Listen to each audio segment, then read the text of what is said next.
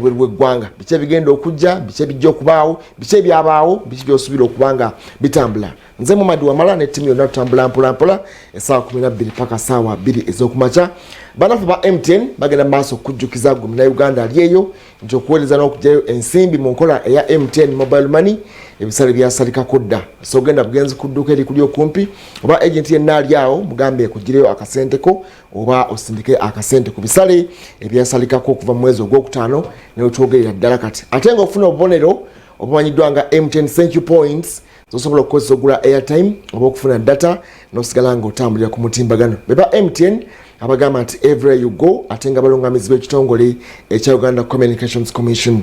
Daily Monitor omutwe omukulu gwalina wano agambye nti obutakkanya bukyaliwo okusika omuguwa kye bayise tag of war wakati wa president w'eggwanga lya Uganda n'ekitongole ekiramuzi ensonga za kibonerezo oba zaabo abazize emisango egya naggomola. Omukulu agamba nti bail hits back at Museveni. Eno bomaranga omukulu aga kimudidde judicial nabo bamusindikire bamugamba nti ensonga zigenda maaso yesa abalamuzi munaffe Owinyi Dollar Alphonse agamba nti bajuze bujjuza abalamuzi bwana agamba nti president atunule kya capital offenders bokka kitegeeza nti ate giri emisango emirala zigenda kwetuuma mu bannaffe abalamuzi n'ekitongole twaliza wamu ne bakuba ne numbers wano eziriwo current positions ezikyajjuziddwa ezikyali entonotono n'abakoleza wano tibikyali bingi nnyo magistrates batono nnyo ne bajjajjizi bakyali batono kati president bamugamba nti okusinga okubeera ku nsonga ya beiro kola ku nsonga y'okujjuza ekitongole ekiramuzi emisango gisobole okutambula amangu n'abaginoonyerezaako okusinga kubanga ekigisibeera lwakuba nti abanoonyereza babeera nga bakoze kunoonyeza kwa kibogwe kutambula mpolampola emisango negirwa mu kooti naye singa bakola expeditious ne bivaawo mangu kitegeeza nti ababeera bavunaanibwa egya naggomola bajja kubeera nga bagenda ku misango gyabwe nga tekyetaagisa oba na beiro. Omutwe omukulu Daily Monitor wano gwawandiiseeko n'okusika omugwa okuliwo wakati w'ekitongole ekiramuzi ate n'omukulembeze w'eggwanga Yoweri Kaguta Museveni. Daily Monitor nate awandise ku mboozi endala agamba nti vocational skills kakati waliwo enteekateeka ez'okubanga bakubiriza abaana obanga zifuulibwa ez'obuwazi. Jjukira nti abaana baffe bakyali waka wetwogerera kakalo wetwogera ku bineno tubategeeza emirimu gy'omu mutwe oba emirimu gy'omu ngalo emirimu egiteetaagisa bitabo nnyo ng'obwongo busobola okuba nga bukwata mangu okubajja oba oliawo saaluuni kanika kolotya egyo emisomo bwe gityo gye baagala essira libe nga liteekebwako. Watugendako mu disitulikiti ey'Elamu okusinziira n'ateeka alipoota evuddeyo eraga nti abaana abawala 2,300 bebafunye embuto mu mwaka omulamba era ne batulaga okusinziira ku bannaffe aba Communication for Development Foundation Uganda nga bagamba nti abaana 2,354 mu basatu bebagenda okunywa eddagala okusobola okulaba nate nga bazaala bulungi. Wano batulaze nti ate ejje ly'eggwanga erya UPDF kakati ligenda okuzimba amalwaliro okusinziira ku Dr. Dana Twine wano omwanise w'enkalakalira mu ministry akakasiza nti ekirayiro kya president yabagamba nti amagye gazimbe amalwaliro n'amasomero batandise okiteeka mu nkola era bagenda kutandika wano bagenda kutandikirawa ojja bisomako no mu Daily Monitor otegeere ate ekyo kitegeeza amagye okuba nti gagenda okuba nga ti gazimba amalwaliro g'eggwanga kubanga tubadde nga tuyina ebizibu ebizimbibwa mu mbeera ey'ekiboggwe oba oliawo n'ensimbi eziriibwa emirimu negitakolebwa kati bannaffe aba UPDF babadde bakyalina erinnya katusuubire nti erinnya eryo lijja tukola obulungi obutali butono. Tekiyinza kubeera kibisi nga baba bayise emitendera emituufu mu nkola ya procurement ne babidinga omulimu okutwala obulungi tulaba nti amagye ate baba bayingiridde emirimu emirala ndowooza omulimu gw'amagye ndowooza kuuma amagye galina buli kimu buli ekigaana amagye gayingirawo amagye gavumenti namba kati abaala babisoma bo babasudde ebbali wano mukujjanjabako biringa temwabagoba baba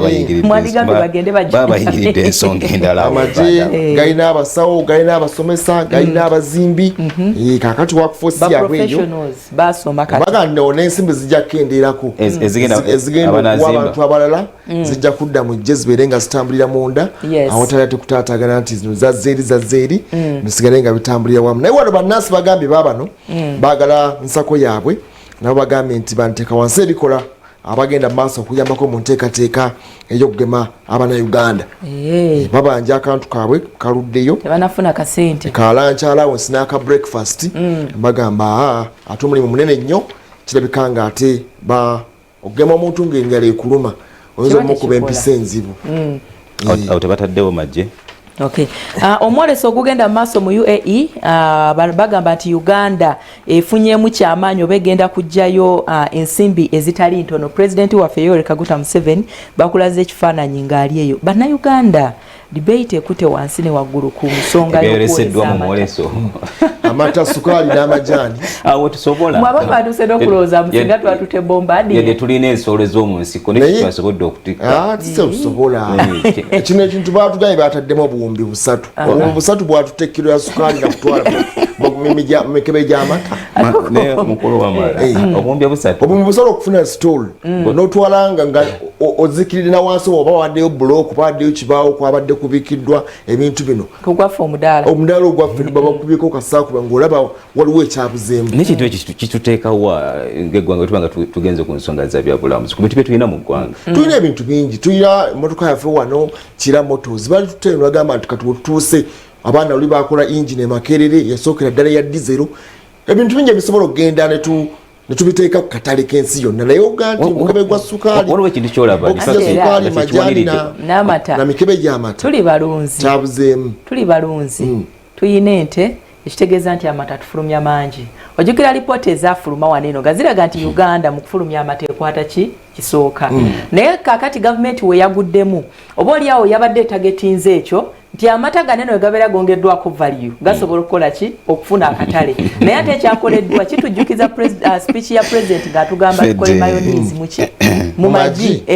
kaakati kitegeeza nti oba babadde baagala tukole value addition ku bintu ebimu simanyi naye nga nangekyamisiza bulungi nga obengeri gyabadde sample badde bajjasi ba samplinga samples naye nga n'omudaala gwe nyini ne setup nyini ey'omudaala gwaffe factory ya Atomic wano mu Uganda eriwo erimu east erimu west ku serious note in fact Uganda tuli bantu bankizo nnyo bintu by'obulambuzi I think ebintu ebikyasiza okutuleetera ssente mu ggwanika ly'ensimbi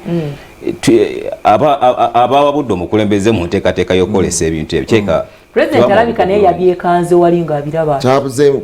Ayinza okuba nga yatuse ku mudaala. N'omudaala gwennyini kubanga bw'okubanga gustrikinga gusikiriza n'omuntu agenda okujja naye nga otegeesa oziseeyo na buzisiba oti okulabika nti omukulu ajja alambule. Kye nayagadde okwogera kwa president ye nga ye yatunze ensi ye embeera y'obudde ennungi akatale tukalina security ennungi yete bifuddeko ebyo bya setup bida mu jebuzi bino bitutandisikiddeko naye tulina ndowooza tukira ogwa 2020 ogwaliyo by the walabanga baalaga ekintu nga kirungi ne balaga equator ne balaga amazike ng'olaba buli kimu kitambula bulungi naye guno bwabanga twatunze ekifaananyi mu mbeera bwetyo yenna yabadde avunaanyizibwa minisita owa trade omukyala tugenda kuteekawo akakiiko ak'enjawulo kakola okunoonyereza kwani yateeseteese ebyayoleseddwa 3 billion zafulumizibwa ogenda mu nteekateeka international expo emyezi 6 yetandise n'owakutaano egenda kubanga gutambula paka mwezi ogwa March kati ng'abantu bajja ku mudaala gwa Uganda nga basangawo mata kyabuzeemu emikebe 2 egy'amata n'ebox ya sukaali katulindirire akakiiko akanaanoonyereza ku nsonga eyo tulabe oba ensimbi baazifuna oba tebaazifuna kati twagala omulamu katono nnyo tulabe munnaffe muzeeyi Wilson Tamale ekale kasooke twegatte ku munnaffe Robert Mutebi ate ali Kabaka Njagalaawo tulabe entambula y'ebidduka bwekedde olwaleero then tujja kwegatta ate wali katono nnyo ku muzeeyi Tamale kale bw'aba ali set bulungi tugende maaso tulage ate entambula y'ebidduka ekedde etya mu bitundu bya Kabaka Njagalaawo enkya ya leero tugende maaso tulabe entambula y'ebidduka bwekedde Robert Mutebi otubulya wakedde watya ate leero abali mu studio mbalamusizza nabagenda maaso n'okutulaba wonna mu nsi yonna okutwaliza wamu oluguudo luno lwendiko kakati olwa Kabaka Njagala road okuviira ddala wali oba oliawo ku Ngalabi okudda wano ku Ring Road oba ku lubiri lwa Ssaabasajja Kabaka motoka zitambula bulungi ezambuka n'ezikirira obuzibu buli ku Lubaga Road ku bannaffe abava erudda eri ku Lubaga Road okusaliza wano okulayika nti bayingira ekibuga awo okawendabye obuzibu naye ne bw'otunula waggulu eri abava ku side eya Bulange okulayika nti bakira wano ku Royal Mile yonna olaba nti tewali mbeera yonna nga gyoyinza kwogerako ya mugoteko gwa bidduka ssaawa zino. Ennaku eza Mande zo zibeera nzibuzibu, ajjamu abeera mungi, naye ate bwe tugenda tuyingira mu weeki ajjamu akenderamu mu budde bwonna obw'emisana oboolyawo ne wakatikati w'olunaku, naye nga bw'otunulatunula olaba nga motoka ne bodaboda n'ebidduka ebirala bibadde bitambula bulungi wano wetuli. Obuzibu obulala butera kubeera wano waggulu ku Ring Road, awo nawo watera okukwata motoka naddala eziva mu bitundu ebya Ndeeba ne Katwe, watera okubeerawo obuzibuzibu, naye bwe ntunulatunulawo naddala awo ku wankaaki w'olubiri olaba nti nawo waliwo aboolyawo embeera etali nnuŋŋamu bulungi naye nga zibadde zitambula okutwaliza awamu. Wano tewatera kubeerawo basirikale ba trafiki, era ebiseera ebisinga watera okubeerawo jjaamu mungi nnyo, naye nga oboolyawo motoka zitera okwefuga ziva mu bitundu ebyo. Okuddako wali wansi ku Kalitunsi awowo kimanyiddwa nti jaamu ye yakwatawo tenda, n'olwekyo mwenna abayingira ekibuga nga muva mu bitundu eby'Ekibuye Ndeeba n'ebitundu ebyetooloddewo bajjukiza nti wali ewali essawa ya Queen wo bagenda maaso n'okukolawo omugoteko gw'ebidduka gweyongera oba jaamu yeeyongera ku bannaffe abava Ensambya, Kibuli n'ebitundu ebirinaanyeewo. Kitegeeza nti bw'oba tokedde olina kubeera bubeezi mugumiikiriza kubanga n'okuwaguza tokisobola ng'otuuse wali ewali essawa ya Queen olw'omugoteko gw'amaanyi ogubeerawo oguleetebwa oboolyawo emirimu egy'enjawulo egigenda maaso n'okukolebwa awo nga bakola flyover ezigenda okubalika nti eyitaawo egatte ku ntabiro z'enguudo endala nga bannaffe abayunulwa ne gavumenti bwe batulaga. Omulimu gw'okugenda maaso naye jaamu ye abeerawo akadde konna, n'olwekyo olina bubeezi kubeera mugumiikiriza. Okutwaliza wamu ebitundu bya Kampala n'emiriraano ebisinga obungi tewakedde nnyo mugoteko gwa bidduka nga bw'olaba mu bitundu bino watera okubeera ennyo omugoteko gw'ebidduka, era twagala tubaze mu studio bannaffe bagende mu maaso n'okuweereza ate ka tweyongereyo tujja kubanga tuddiŋŋana mu buddakiika butono okuva kati. Muhammad Wamala ne ttiimu omuzindaalo nze ngubaddiza mugende maaso n'okulabika nti muweereza. Tuyinza nnyo munaffe ensonga otinabye twagenda okuba ng'oyita ku luguudo awo olina okumanya woyina okuba ng'otandikira n'engeri nyinza okuba nga ate wewala okuba ng'ogwa mu kalipagano akamu. Tugenda mu maaso ensonga nga bwe zitambula mu ggwanga erya Uganda byonna tujja byogerako, naye katono nnyo kasooka tujjawo munaffe Mzee Wilson Tamale manya ekidduka kyo ogenda kijjayo otya, tulabye wogenda okuba ng'okiisa nakyo kigenda kubeera mu mbeera ki, nakwoteeka otya ng'okijjayo kati obubaka bwa Mzee Wilson Tamale ekyaleero.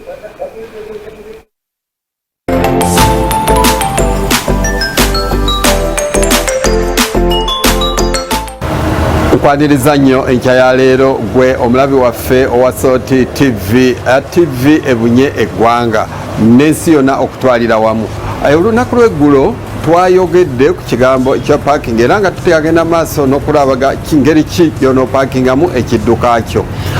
Twakugambye nti osobola ddala bulungi nnyo okupakinga singa w'opakinze tewamenya mateeka ga traffic oba omuzungu kyayita violating traffic rules, traffic laws, traffic regulations. N'olwekyo njagala okutegeeza nti parkinga mu bifo ebyo byennyini ebiri safe eri gwe gy'oli, abantu b'oyina, ekidduka kyo, ate era butereevu nnyo ne abalala abakozesa oluguudo. Kakati nno bw'onooba opaakinga gezaako okupaakinga awantu w'olabika nti bw'onooba ovaayo naawe tojja kusumbuyibwa. Sikwegamba omuzungu agamba bw'onooba ng'ova freely, where you will move freely, leaving the place freely bulungi nnyo. Ogenda n'olaba omuntu n'apakinga awantu mugenze ku mukolo oba mbaga oba pate oba kuwerekera bannaffe kufiirwa, byonna byonna weebiri mu nsi muno. Naye n'ogenda n'opakinga awantu ng'olabye bali bwe bati ng'ate bw'onoopakinga bajja kusibirayo. Kabe kasinga ate gw'obeera wala weeyo n'obudde no biseera bya kafyu oba ogenda wala ne bwe bitaba biseera bya kafyu, naye ate n'opakinga awantu ne bakusibirayo oba n'osibirayo banno. Kwegana n'opakinga awantu nga kirabika w'opakinze ojja kubanga abalala bafuna okutateeganyizibwa mu kuvaayo. Naawe kennyini senga oba opakinga paakinga awoonoviirayo amangu, butereevu nnyo nti gwe ne bwe guba omukolo gukyagenda maaso olw'ebizibu ebirala oba obuvunaanyizibwa obulala bw'oliko onoovaayo mangu n'ogenda. So paakinga awalabika nti ng'era bwe twayogerako luli nti ng'otunudde amangu ddala mu kkubo nti bw'otandika ekidduka kyo ovaayo mangu ng'ate tosoose kulaba ti ate okuba livansi ate wano tolina wowetera kuvaayo eno yakutadde wano mu mbiriizi ate bw'ogenda mu maaso waliwo eriwo naye bw'opaakinga oba bw'oyimiriza ekidduka kyo oba bw'obanga ddala ddala oli ku mukolo gezaako okulaba nti opaakinga awo wennyini gwe kennyini w'osobola okuviirayo amangu w'oyagalira okgenda so kwegamba nti wonna w'oli awo wenna w'otadde ekidduka kyo toyina balala botawaanya ovaayo mangu ng'ogenda ate era butereevu tojja kusobola kubanga osumbuyibwa.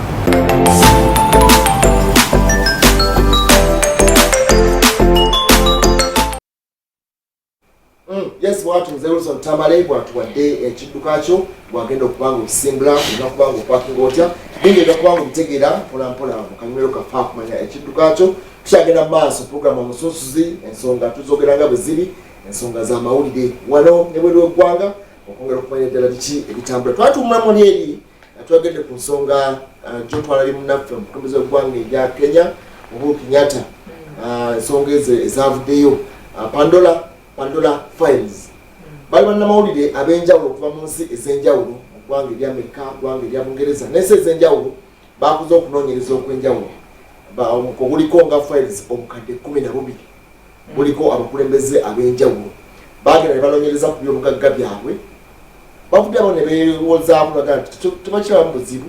lwaki bano bagenda mu maaso okubanga babawandiikako tebalina nsobi gye baakola.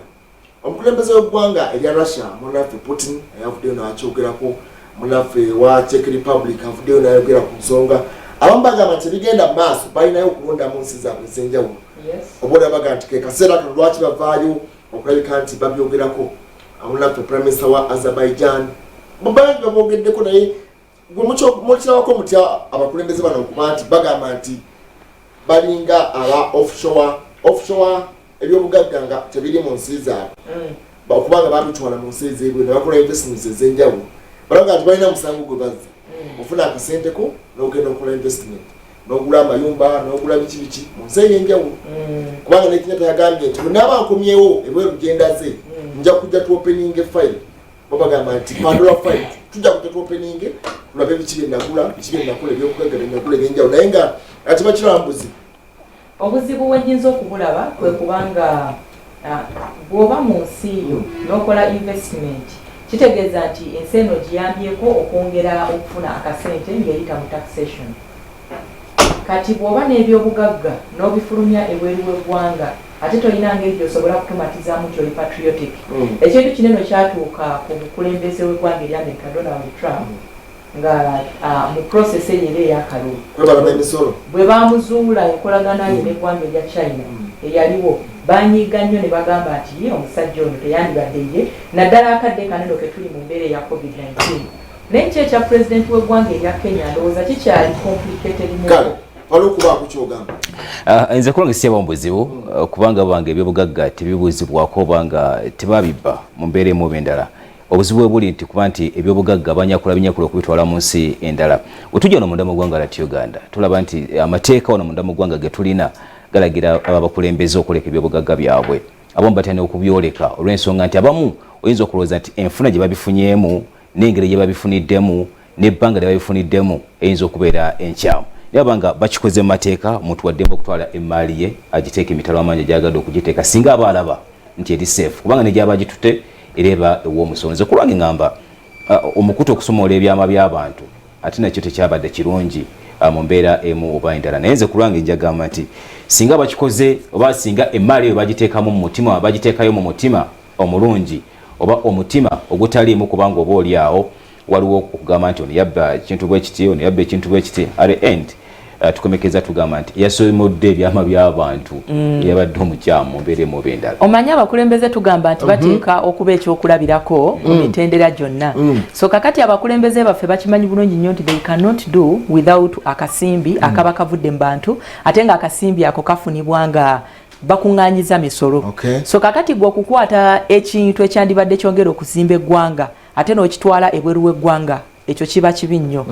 waliwo ebimu ku biwandiiko bye nabadde ndaba nga byoleka nti bannaffe bano bo ku mulirwano ku ggwanga erya Kenya President Uhuru Kenyatta ekice ate kiri complicated muko akasukkulumyeko kuzaabalala nti bo ezaabwe zaali zooleka nti ziri tax exempted tebalina kuwa misolo omuntu yenna nga kiraga nti kyansikirano kubanga okusinziira kunoonyereza kiraga nti maama we naye be bamu ku bali ku mwanja okubanga batwala ebintu bino naye nga yenna gwe kigenda okuddira mu ngalo tateekeddwa kukola ki kuwa misolo naye tuyinza okugamba nti oba oliawo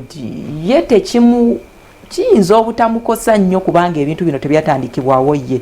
kuba tetuyinza kugamba nti yabbye eggwanga okutandikawo ebintu bino bwe kiba nti kale mwalimu okunyigiriza abantu abalala okubitandikawo then foundation yali ya ddadi anti bano bo bannamawulire kitegeeza nti bibadde nga bikolebwa ebbanga lyonna fati bagise International Consortium of Investigative Journalists bo bavuddeyo ne beegatta mu nsi ez'enjawulo ne bagamba bakole okunoonyereza okw'enjawulo bakoze ku bantu abakulembeze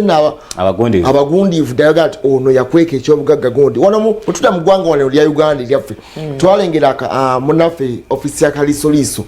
abantu abamu ab'enjawulo baddiranga ebyobugagga bye balina nga bewandisa mu mannya g'abaana bagirlfriend n'abakyala naye ng'omuntu bamugamba declare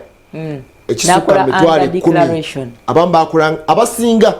era bagendanga okumunoonyereza nti olina ekizimbe egundi ate abantu baba bimanyisebo kati obuzibu buli nti amanchola gakozesebwa mu kufuna ekintu ekyo kyekivirako abantu okubanga tebabeera balambulukufu oba abantu abeerufu naye nga tewali nsonga lwaki sikwata mali yange neŋŋamba nti okusinza ku musolo gwenjagala kangene ngiteeke mu ggwanga erya Kenya okusinza ku mbeera yaabwe ngenda kujja akasente we kati naye obuzibu bugira nti gwe wakifuna otya ebbanga lyokoledde lijja mu bintu ebyo byolina ebbanga lyomaze nga oli mu yafisi bwoti lwaki olina ebintu bya biliyoni sente ozijjeewa ndowooza nze kulwange ngamba enfuna abantu gye bafunamu ebintu bino yandibadde ebuulizibwako ekyo ekyatabula gavumenti ne munaffe Kazinda n'okumusingisa emisango egyamusingisibwa bamugamba aliwo obuwumbi 15 n'okumusingisa emisango nga bwe gyatambula lwakuba nti ebyobugagga byayina byali bisukka emyaka gyali ayina gyali akoledde yali accounting officer mu office ya Ssaabaminisita naye ng'ebyobugagga byali ayina bwe bageraageranyamu mwe yasulanga emmotoka zeyinanga ettaka lyeyina ebizimbe bye yalina ndowooza ekyo kituzzaano kiraba nti abakulembeze abamu kati munaffe paasi Bigirimana agenda okubeera nga whistleblower okugyayo ekintu kino bagenda okukirabako naye nga mutwala nze naye kino ekintu twakikolanga negundi mumunokoleyo negundi mumugjeyo kati ye naafuka shock absorber buli byonna ebyaliwo yensonga ye yakigwamu yekka n'okutukola nti agenda maaso okubanga nti bino byonna tubyogera naye Faruku agamba talina buzibu na muntu akwata bizinensi ye n'agitwala mu ggwanga eddala okuinvestinga nze nina obuzibu mu nsonga eyo bw'obanga ggwe mukulembeze lwaki toteekawo mbeera mu ggwanga lyo ekusobozesa okukola investment ewuwo kubanga buli wotandikawo akantu nga katono nze ndi muntu wa bulijjo naye bwe mba ntandiseewo akaduuka mba neetaaga omwana agenda okuntuuliramu ogw'omusaala ono omwana agenda okuntuuliramu alina abalala abakola ki kati awo kitegeeza nti iffe ng'Abafirika tugenda kusigala mu mbeera ya kusabiriza kubanga g'amazima gali nti singa bukya ku makya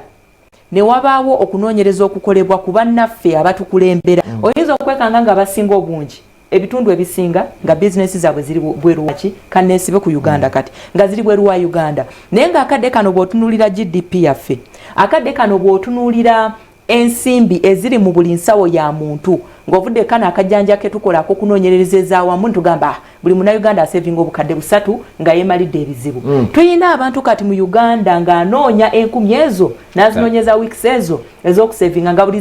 zaafunawo zaalya zaafunawo zaakola ki zaalya so nze nina obuzibu bw'omanya nti waliwo obstacle mu ggwanga lyo etakusobozesa ku investingamu lwaki togikola rather than going there olaba amawanga ago agasinga obungi tugatendereza nti gaakula naye nga gakulira ku cheap labor yaffe gakulira ku ssente ezaffe abantu ze bagenda ebyobugagga ne bateeka eyo mu kutya okunoonyerezebwako ebimu bafa ne bifiira eyo gavumenti zeeyo ne zibezza omulugunya tugamba nti multinational companies bwe zijja muno mu ggwanga erya Uganda zikola ate nezisitula amagoba nezitwala eri kitegeeza nti baba batunyunyunse oba oli abaleko bakosezza tubawadde amaanyi gaffe batute ssente zaffe bakozesezza resources zaffe endala ne babisitula ne babitwala bw'oba weegendereza nnyo ebintu waneno bye tu-exportinga naddala ebya agriculture mawanga ameka agakkiriza emmwanyi ewaffe wanene okuva mu Uganda ng'emaze okukolebwako ng'efuuse kaawa ne bagamba nti kabagitwale tuli ku nsonga ya investment tutunuulidde ffe kujja wano okugenda mawanga amalala tetutunuulidde baleeta tukuteekamu okuleeta okujja eri okuleeta muno n'okujja muno okutwala eri bw'oba ogenda ku balance of trade olabye ddala nga tu-importinga nnyo okusinga exportinga. Ndowooza ensonga ki president yagenze emitalo w'amayanja okulaba nate nga ku bigambo bye amata nga tugatadde ku bbali president mulunzi ye bw'abanga yagenze emitalo w'amayanja n'alaga bamusiga nsimbi oba batabagala okuleeta ssente muno munda mu ggwanga okujja okuzireeta okuteekayo ebintu ebyenjawulo kiba kitegeeza nti ayina kyatunulidde mu nsonga y'okula kw'eggwanga emisolo bajja kugiwa tulina ebbula ly'emirimu olunaku olwaleero omuntu wabanga azze nakukozesa gwefunamu ekyo kyakozesezza naye atwale ku magoba omuntu yina ng'agenda kuteeka awantu ensimbi tagenda kuteekawo nsimbi tagenda kufunamu ateekawo okufunamu namwe abasigaddewo ng'eggwanga nalitekera nzikiriza nsooke nkunnyonnyole kino kantandike n'ebitundu eby'ejjinja tulinayo amakolero mangi agakola ki naddala sukaali akadde kano abantu abo batandika nga ebikajjo babigula ku baani ku bantu naye ne bakizuula nti essente ze tubawa nnyingi ne balaba nga zibaluma ne batandika okubyerimira ssaawa zineno babatwala mu masambo kola mu bikajjo naye bakusasulanga nusu wakati wa 600 n'omutwalo olunaku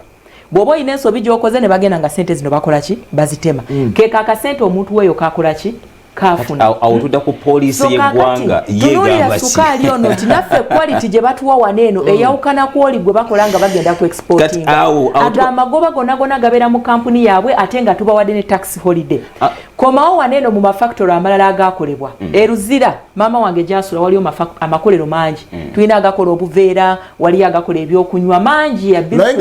lwaki omukulembeze yandikwesa ebyobugagga lwaki omukulembeze yandikwesa ebyobugagga bye tewali kirala n'atakola investment mu ggwanga lye butayagala n'akonsiringa kyalina wagala kunyweza kalina kakati abatakwese investments bweru bakulaga nti bamuwadde obuwumbi 5 tugeze agenda akola oluguudo n'akulaga nti ku bunene obuwumbi obutaano alabira ddala nti obuteekayo kimuluma n'akomekereza nga ajjeeko kawumbi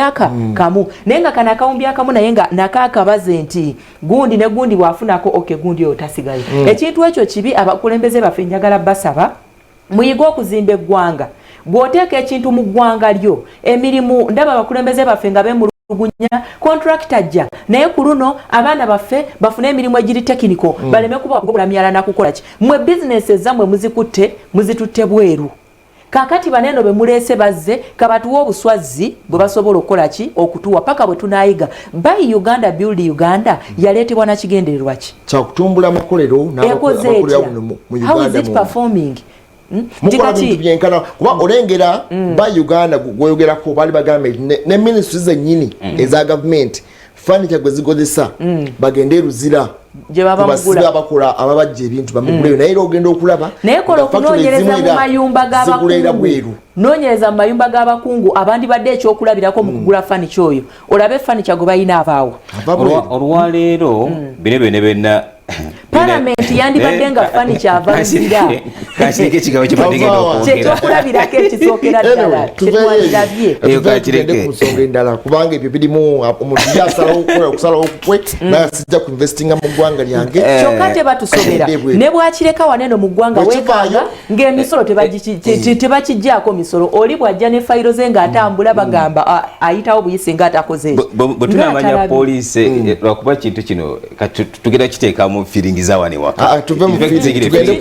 zigire firingiza wano ewaka naye poliisi ezikolebwa ensi zezivirako abantu okubanga bate n'okwesiga kwensi. Wano bw'otunuulira policies ze tuyina nnungi nzibu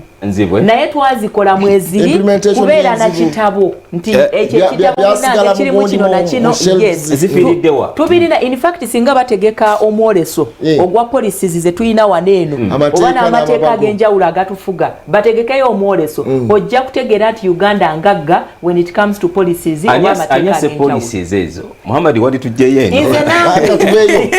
wakati tugenda mu nsonga eyo katugenda ku nsonga kale oliawo nayo ya police yakwongera kutereeza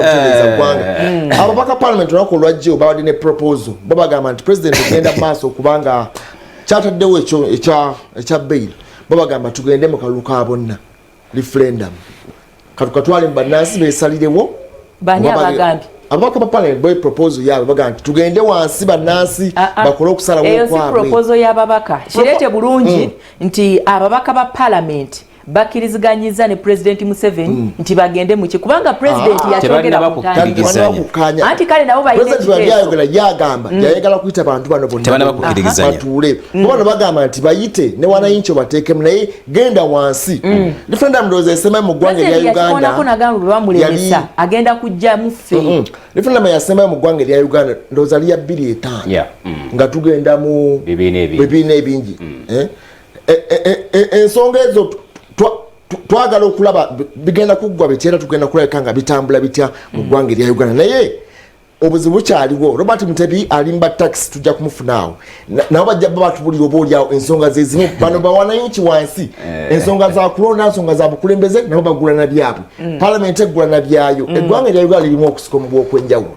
President bamugamba nti abantu basalewo waliwo abaagala okufuna kaakazinga buli omwagala atwala Uganda agikwata akantu akebyo mwasaleko byesaliko naye katumufune ali salama tulabe ensonga za tax zo ziggwa zitya jo twadde mu paaka nga balwana kati buno agenza kusingana bakulembeze tulabe bayinza kutereeza batya ate nga ne parliament erina ebyayo ddala ensonga eno eya bailo eyinza kuggwerawa bannansi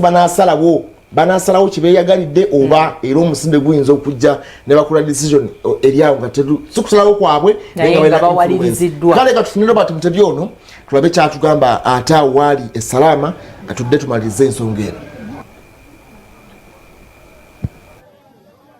Neyanziza nnyo neyanzege bannange abatulaba ssaawa zino ebyakeredde mu kibuga Kampala olunaku olw'eggulo mu paaka empya mwabiwulidde. Omu ku basentebe abali obaoliawo mu bukulembeze essaawa zino yagambye nti ekiremeze entalo mu mulimu gw'abatakisi be bakulembeze ababiri Rashid Sekindi owa Kotisa ne Mustafa Mayambala owa Kotrada owa Utrada abo be balemesezza entalo mu bya taxi naye nga tetunagenda eyo ngenda kubanga nsinkana abamu ku bakulembeze abayogeddwako naye nga sinnabagenda maaso n'okuba awa ensonga ezo wamala waliwo ensonga 2 oba 3 olunaku olw'eggulo ezasaasanidde amawulire mu ggwanga Uganda ng'oggyeko kye twakereddeko ekyolutalo olwabadde mu paaka empya ate ekiro kyekimu mujjukira nti wabaddewo embeera eyabadde ensangi eyo DPC ow'ensangi agambibwa okuba nti yabadde mu bikwekweto bya kafyu nakuba omu ku yasanze nga batambula past time eya kafyu amasasi agamuse embeera yabaddewo olunaku olwaggulo mu kiseera wabaddeyo kwekalakasa kw'amaanyi sayidi eyo ensangi naye poliisi yavuddeyo ebintu n'ebikakkanya era yegenda okukola kuziika eyatiddwa mu kafyu atandise okufuuka ekizibu abantu batandise okuyiwa omusaayi mu kafyu tubadde tusinga kuwulira bya bubbi poliisi na biki kujja ssente ku bantu beba bakwatidde mu kafyu kati ate abantu batandise okuttibwa tubadde tuli awo ate ng'obudde busaasaana era ne tuwulirayo omu ayitibwa Hamidu Ansubuga poliisi gwegamba nti yabadde mu tujju yakubiddwa amasasi mu bitundu by'e Kanyanyaawo yabadde ku boda nti nga bamugoberera aba security ne bamukuba amasasi. Ekyo nakyo kirina ebibuuzo bingi mu bannayuganda kubanga ebyalo keki nabirimu era naliyo amanya gaawukana n'oyo gwe batugamba eyali azze okutega bomu mu kukungubagira lokeki epadero. Ebibuuzo bingi bw'ogenda kuba abaddewo abalabyeko ng'agenda mu maaso n'okukubwa amasasi ono yakubiddwa amasasi akuleetera ebibuuzo bingi bye tutasobola kuddiramu wano ku mpewo naye nga twetaaga oba ebyokwerinda babiddemu. Kyandibanga ababadde mu mmotoka eyavuddemu abamukubye amasasi bamwekengedde bwekengezi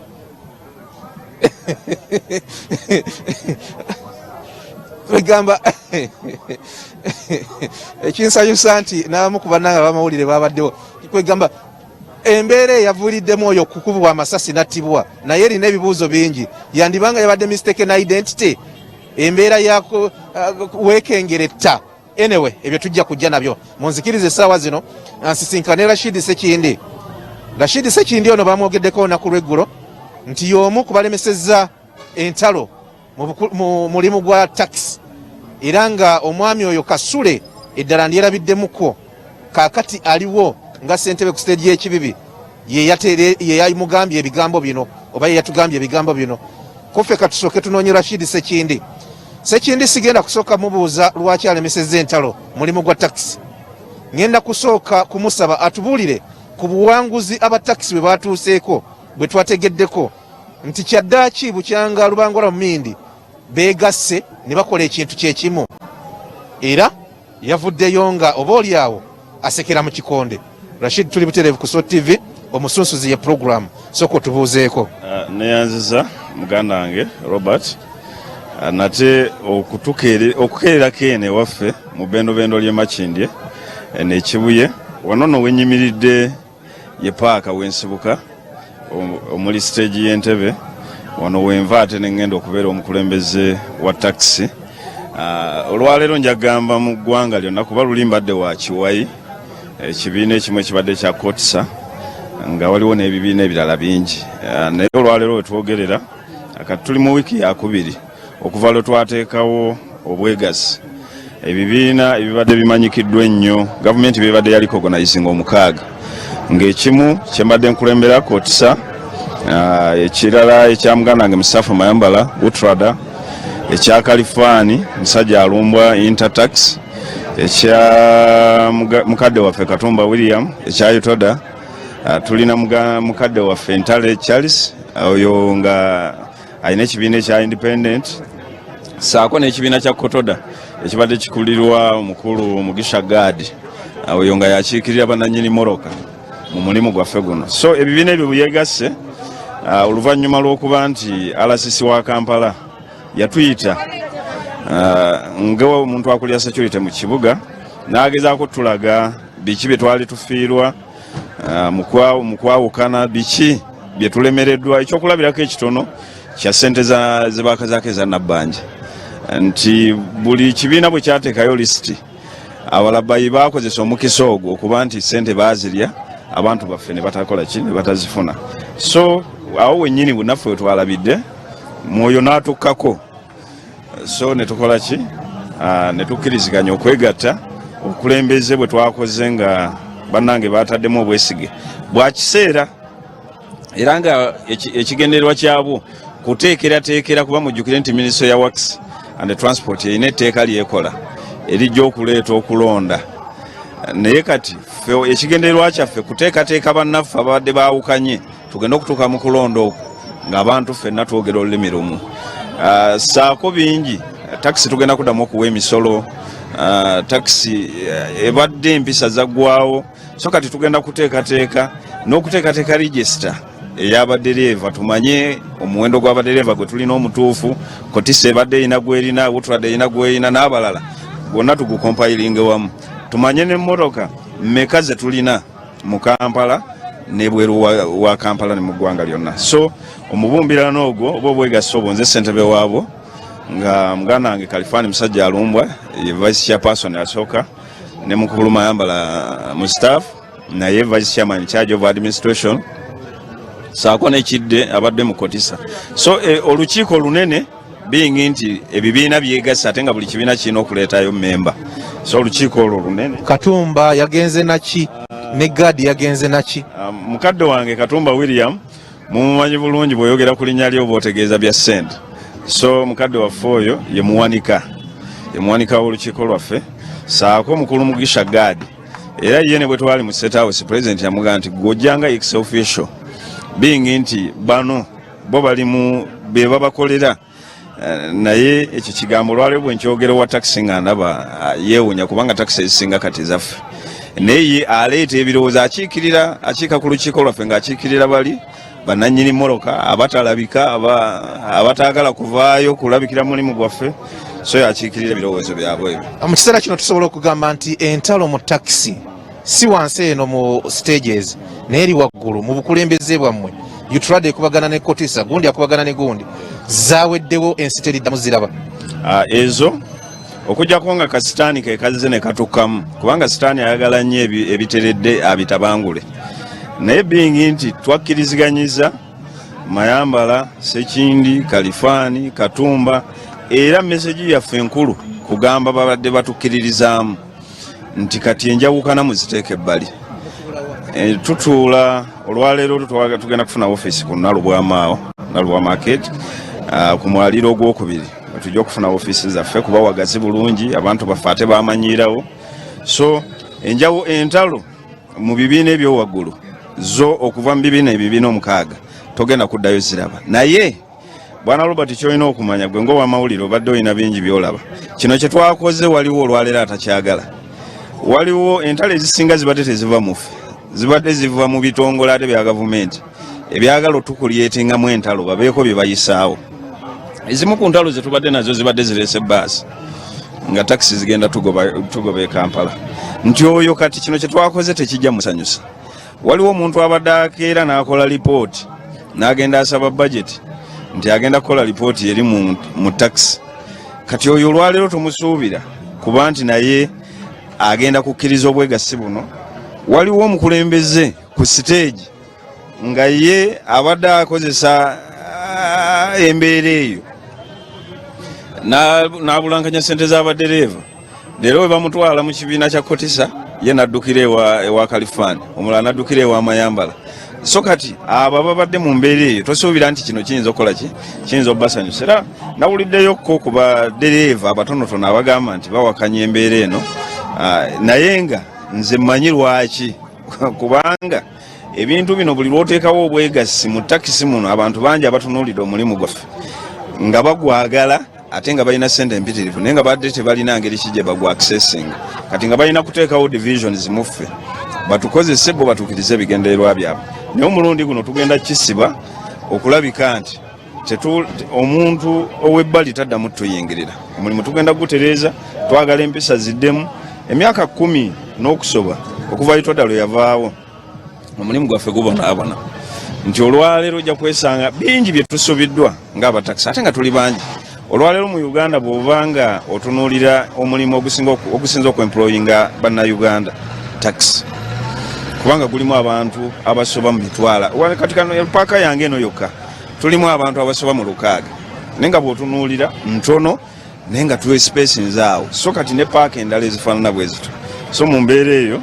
njagala okusaba Katonda abeere masekkati g'obwegassi buno era buli muntu ayagala emirembe mu takisi nsaba atuwe essaala atuwe edduwa okulabika nti takisi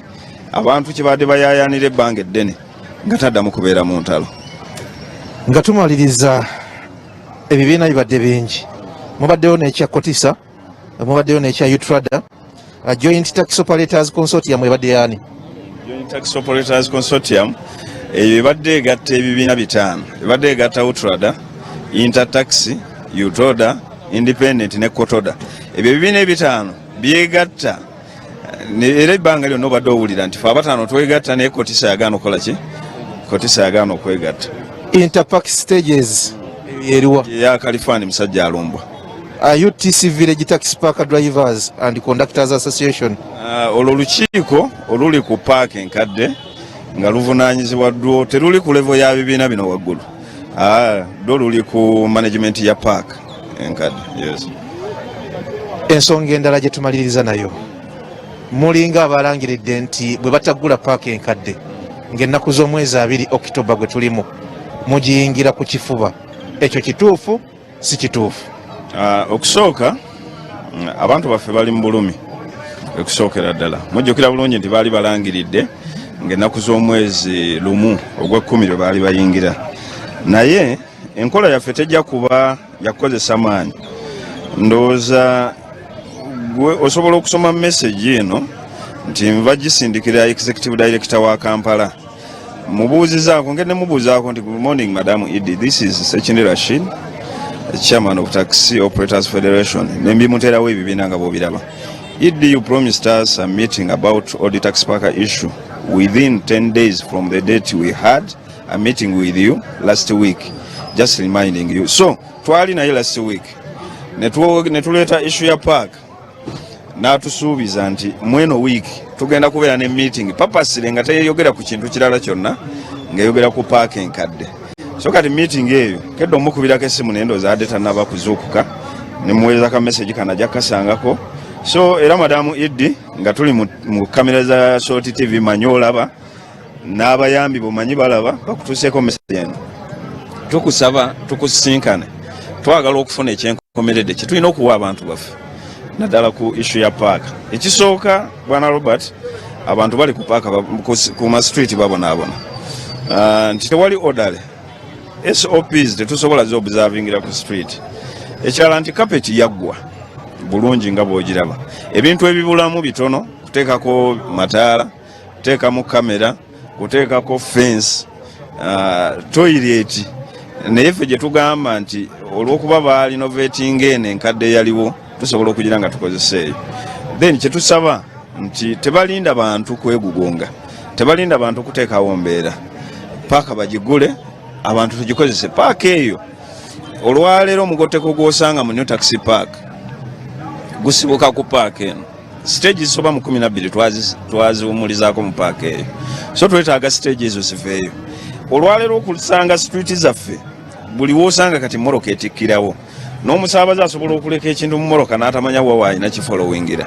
Bingi nti emmoroka buli omu atikkira wakola ki atikkira waayagala. Rashid Sekindi ebyo mubyogeranga mwogera ku byammwe ng'abavuga taxi. Ne mutatunulira nsonga ndala ziri munda nti paaka yammwe eyo paaka enkadde eriko abaagigulako ebibanja oba ziyite plot kumpi 11 Ntunde. Ekyo bwe mubeera ne Iddi n'abakulembeze bakibagambako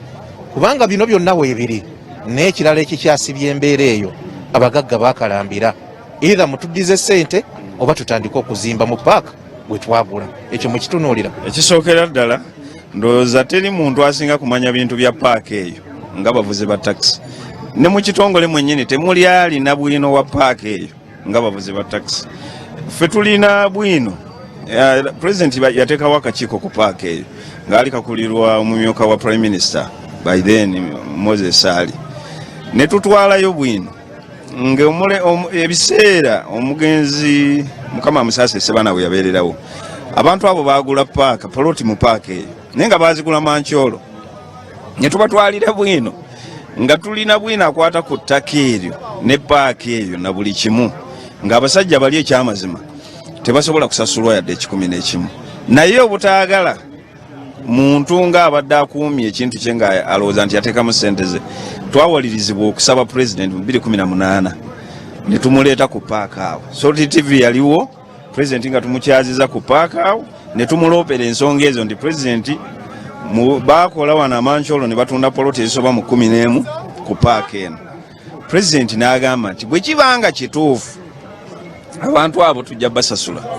tubaddize ssente zaabwe. Era kyenjagala okulaga bwana Robert singa abagagga poloti zaabwe zaali zikyaliwo kapeti eyo yonna tebaali gikoze kubanga kesisi okusinziirayo ku structure gye yali erina ng'erinako akatundu katono nnyo kaali mu stage nga 11 kati yonna baagimazeeyo. Ekitegeeza nti paaka y'abataxi. Paaka y'abataxi tuyanzeege yakulira kati kyonna Rashid Sekindi mu studio bagenda maaso n'okuweereza omuzindaalo nze ngubaddiza neeyongeddeyo. Otambudde olwaliro twagala obbagaza akaseera akalungi tutunza kubanga tusukana olwaliro nga tugenda ate munnyo ku makyane Apollo tusime musibe bulungi ngana olw'enkya mwiraba.